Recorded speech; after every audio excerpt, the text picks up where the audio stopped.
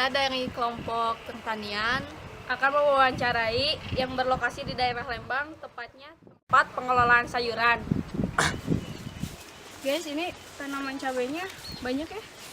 Ya gimana ya cara pengawasannya, terus cara nanamnya kayak gimana sampai bisa gede kayak gini ya? Kalau itu apa? Kurang tahu tuh, atau yang kira-kira ini tanya deh ke bapaknya biar kita tahu gimana cara nanamnya, terus pengolahan kayak gimana. Kira-kira di mana tuh bapaknya? Mana ya? Kita cari aja. Tuh, itu tuh. Biar aja deh.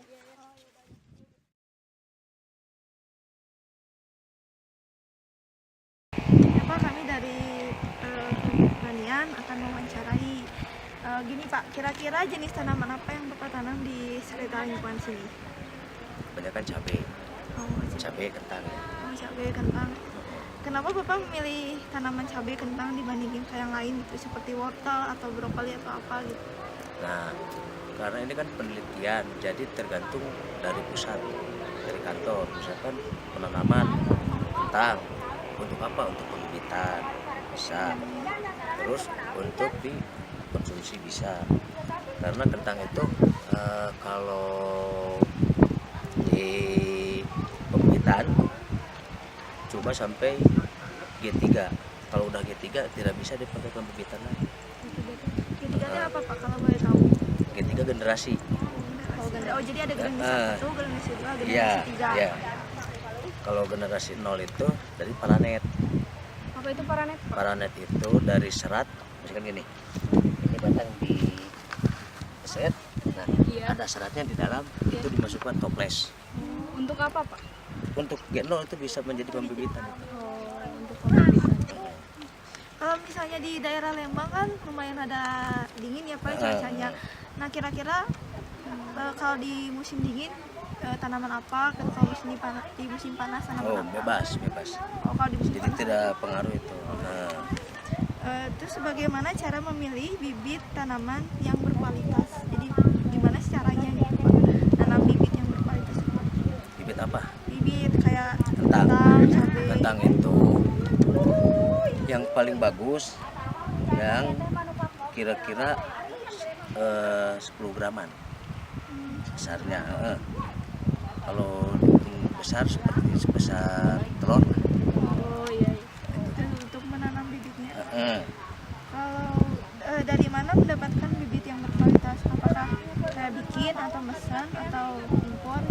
Yang paling bagus itu bikin. Karena kalau pesen belum tahu itu apakah yang itu bisa dipercaya enggak. Yang berkualitas. Kualitasnya gitu kan. Yang paling bagus itu bikin. Kalau bikinnya kayak gimana, Pak? Ya tadi dari paranet dulu langsung itu kan G0. Iya. Baru ditanam di seperti rumah kaca itu. Nah, G1. Nah, baru ditanam di lapangan.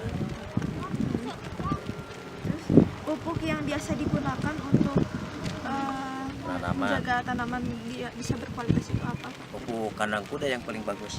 Kandang kuda. Nggak menggunakan itu ya, kimia kayak gitu, Pak. Ya bisa menggunakan, bisa enggak, karena tergantung penelitiannya. Jadi nggak sembarangan bisa di ini ya Pak? Wah, enggak. Terus bagaimana menjaga hasil agar sayuran itu tetap segar dan bisa memuaskan konsumen gitu Pak? Itu menggunakan pestisida. Karena gini, kalau musim hujan Iya. berarti banyak penyakit, hama berkurang. Nah, kalau musim kemarau, Nambah. hama yang nambah, penyakit kurang. Gitu. Bagaimana cara yang dilakukan untuk membedakan tanaman sayuran yang berkualitas? Kadang kan ada tanaman yang kira-kira kelihatan itu berkualitas tapi ternyata enggak gitu. Bagaimana cara membedakannya Pak? Itu disortir dulu. Jadi sebelum ke tengkolak itu disortir dulu di lahan. Jadi ini yang busuk dipisahin, yang bagus dipisahin.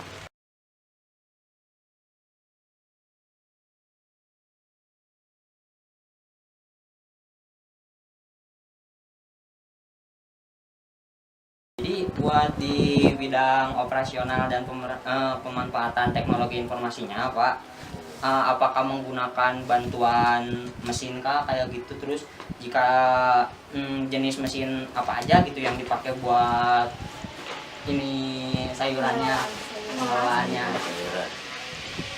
Biasanya kalau di lapangan nggak ada, terkecuali untuk pembibitan. Nah, untuk pembibitan misalkan gini, pembibitan bawang merah ada, atau cabai atau kentang, dibawa ke ruangan UPBS. Nah, di UPBS itu ada pendingin, mesin pendingin itu untuk mengeringkan, untuk tahan penyakit ada.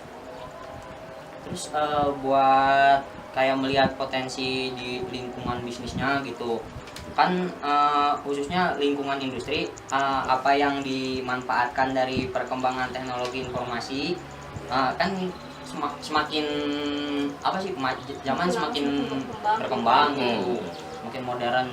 Gimana Pak Caranya potensinya gitu buat ke bisnis? jadi gini, kalau petani itu jadi udah misalkan gini, misalkan sekarang ini bulan gini Iya. akan muncul harga, pasti tanam ya. Misalkan tomat nanti bulan depan akan naik harganya, nanam. Oh, jadi kan sudah tahu prediksi bulan depan. Iya. Kira-kira musim apa? Nah, terus tentang pembibitan juga setiap tahun ganti-ganti, setiap tahun ganti. Misalkan tomat granola dulu, sekarang udah ganti lagi, jadi nggak tetap. Jadi harga juga sama nggak tetap? Iya, harga. Nah, sekarang kan mau baru naik lagi, seperti cabai sekarang udah mulai naik lagi. Kalau kemarin-kemarin sampai 6.000 kan. Oh iya. Nah, kalau sekarang udah mencapai 25-30 cabai Per apa? per kilo di lapangan itu. Iya, iya. Di petani, bukan di tengkulak. Kalau tengkulak lain lagi. Nah, ini Pak, lanjut nih, kan makin modern ya, makin maju zaman. Ngebantu nggak teknologi yang sekarang teh buat para petani gitu? Aku rasa kurang sih, kalau masalah membantunya kurang. Ya, jadi Kurang. teknologi sekarang buat Bapak itu kurang gitu. Iya, Kurang efektif ya, Kak? kurang. Iya, kurang. Alasannya Pak, bagusan pakai mesin apa manual gitu Pak kalau Iya, petani? kalau mesin Jadi tradisional. gini, yang digunakan, yang setahu Bapak, emang sekarang musim ada cara penyemprotan menggunakan mesin kan. Iya. Nah, tapi itu Bapak pernah coba di sini menggunakan mesin, justru sama tanamannya bikin rusak. Jadi karena semburan anginnya itu terlalu kencang. Jadi yang bagus untuk manual. Emang kerjanya enak menggunakan mesin, tapi akibatnya lain. Yang bagus manual. Gitu. Enggak. Dari bagian keuangan nih Pak, bagaimana sistem pembagian laba dari proses produksinya? Keuangan itu modal mungkin. Oh, iya. Modal modal itu dihitung kalau petani sayuran. Nah, dari 1000 meter itu udah mencapai, atau dihitung dengan per tangkai, per batang ya.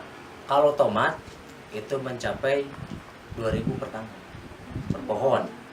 Nah, 2000 per pohon itu sampai panen, 2000 per pohon. Dari awal sampai panen, Iya. sampai jadi buah tomat sampai diambil. Itu mencapai 2000. Nah, kalau harga di bawah 1000 pasti rugi. Rugi kita, karena dari 2000 belum nanti di, kan nggak sama. Misalkan ada yang mati, Iya. tapi kan modal udah masuk. Nah, kalau serangan penyakit atau serangan hama, nah itu kerugiannya. Bagaimana cara pengembangan dana pinjam dan bagaimana cara menutupi pinjaman tersebut? Nah, kalau petani gini, kalau cara menggunakan, kan ada di sini koperasi ya, koperasi, sistem koperasi. Kalau menurut Bapak itu kurang. Jadi takutnya gini, kita membutuhkan modal segini, misalkan cetak aja 10 juta Iya. modal. Terus kita andalkan pinjam. Apakah itu akan sampai 10 juta untuk bayar utang pinjaman? Iya kan? Belum tentu kan? Iya. Karena petani harga tanaman, harga sayuran nggak tetap. Bisa di atas, bisa di bawah. Ya kalau lagi di atas, petani alhamdulillah bisa iyalah bisa bikin apa-apa gitu. Tapi kalau lagi turun harga bahkan belum tikar gitu kan. Pada saat kapan keuntungan dan kerugian mencapai puncak tertinggi? Akhirnya tahun berapa gitu Iya, Pak? tahun berapa? Sampai omset tertinggi. Itu nggak tertentu kalau itu. Jadi tiap tahun pasti ubah. Jangan gini, misalkan sekarang kan baru mau naik nah harga. Iya. Nah, belum tentu besok naik, Oh. besok bisa turun kalau Jadi grafisnya sayuran. nggak tentu gitu. Nggak. Nggak Jadi, selalu tiap tahun. Ah, bisa misalkan 1 minggu aja bisa 3 kali naik, bisa 3 kali turun. Kalau sayuran itu, jadi nggak tetap. Jadi nggak tahu. Apalagi sekarang musim hujan, Iya. banjir. Nah, itu bisa menimbulkan penurunan. Berapa persen tingkat pinjaman yang sudah dilakukan dan berapa persen modal sendiri yang dikeluarkan? Mungkin modal ini ya, modal dari koperasinya. Operasi belum pernah. Oh, belum pernah. Jadi kalau petani dihitungkan nantinya kira-kira bisa untuk membayar atau kita yang rugi gitu kan. Jadi jarang, kalau petani jarang menggunakan uang pinjaman operasi. Iya Pak, kira-kira ini teh mulai mengembangkan usaha ini dari tahun berapa nih? Awal mulanya? Iya, awal mula dari Awal mulanya setahu Bapak itu dari kantor, ini dari tahun apa, 1970-an. apa yang pertama kali ditanam? Dulu ini kan hortikultura, Iya. ini bukan sayuran, Oh, buah seperti apel, jeruk, nah terus kopi, terus pernah bunga-bunga, nah di sini. Nah sayuran itu udah tahun 1974 baru sayuran. kenapa alasan terakhirnya memilih sayuran sampai sekarang? Nah kan ini pusat, dulunya ini cabang. Iya. Pusatnya itu dulu di Sumatera. Nah, karena Sumatera sayuran kurang bagus karena udara. Nah, pindah ke sini sayuran, pindah Sumatera, dioper. Jadi Sumatera hortikultura, ini Barinsa sayuran. Dah. Nah sekarang ke dampak resiko. Melihat kondisi lingkungan saat ini, apakah resiko yang kemungkinan terjadi? Nah, karena musim hujan, jadi pestisida harus diperbanyak karena menimbulkan penyakit. Musim hujan itu bisa merusak tanaman sayuran karena tumbuhnya penyakit pada tanaman sayuran. Ya. Apa saja ancaman yang terjadi untuk saat ini di masa yang akan datang melihat lingkungan saat ini? Jadi ancamannya apa sih Pak untuk tahun kedepannya melihat kondisi yang sekarang? Kalau sekarang ini ya gambaran untuk petani pasti karena apa, sampai bulan Agustus sayuran akan naik harganya. Sayuran ini Ah. ancamannya. Bisa naik karena habis musim hujan sekarang pasti kemarau, nah sayuran pada bagus karena penyakit kurang kalau musim kemarau. Kalau sekarang masih banyak penyakit. Nah kalau untuk ke depan hama yang banyak tapi agak mendingan daripada penyakit gitu kan kalau sayuran. mendingan banyak hama daripada kesana penyakit. Bagaimana cara mengatasi resiko yang terjadi saat ini Pak untuk tahun kedepannya? Risiko apa?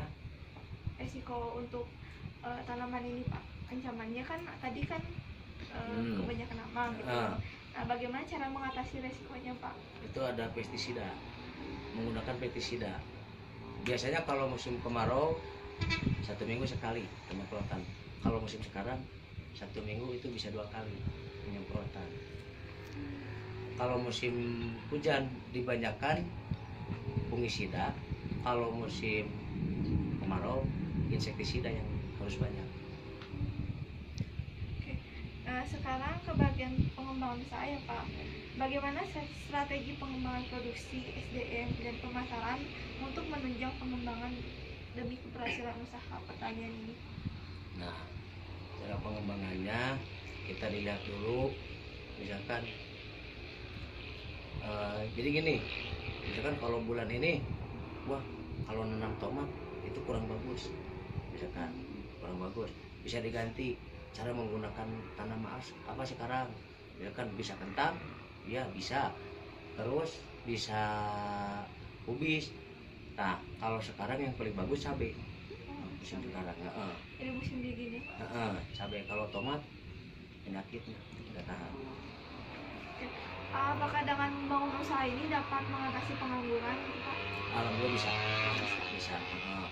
Karena semua penganggur kalau dibutuhkan gitu ya, emang bisa untuk ikut kerja di petani, itu bisa untuk menunjang pengangguran. Kalau misalnya kan tadi pegawainya itu kan ada dari luar kota, ada juga dari sini. Nah kebanyakan pegawainya itu dari sini atau dari luar kota? Kebanyakan dari sini. Oh dari sini. Dari lingkungan sekitar ini. Iya. Tadi itu kan masalah keuangan ya Pak. Iya. Ada yang boleh tanya ini. Kan modal yang dikeluarkan sekian, apakah itu bisa menghasilkan laba yang diuntungkan atau tidak? Ya tergantung itu. Oh tergantung. Jadi gini, tergantung pemasaran. Apakah kalau lagi naik harga bisa menguntungkan. Tapi kalau petani yang disebut rugi bukan kebanyakan ruginya uang. Misalkan, tapi itu ada untuk modal. Kalau modal kembali pasti. Modal kembali. Cuma yang rugi itu pasti tenaga. Kalau untuk petani. Tapi itu bisa dibayar dengan uang atau apa gitu Pak, dari kemudian tenaga yang dikeluarkan gitu. Ya bisa dari uang kalau bisa. Jadi ini misalkan tahun ini sekarang rugi. Nah, insya Allah kalau kedepannya bisa untung kalau petani gitu. Jadi nggak rugi terus, nggak untung terus. Udah naik turunnya. Udah Pak, makasih atas wawancaranya. Iya.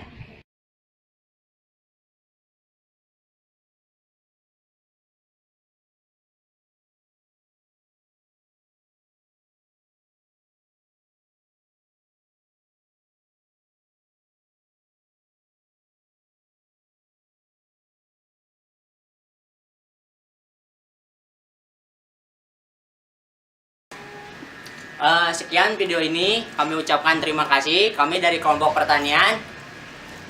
Wassalamualaikum warahmatullahi wabarakatuh. Thanks for watching us.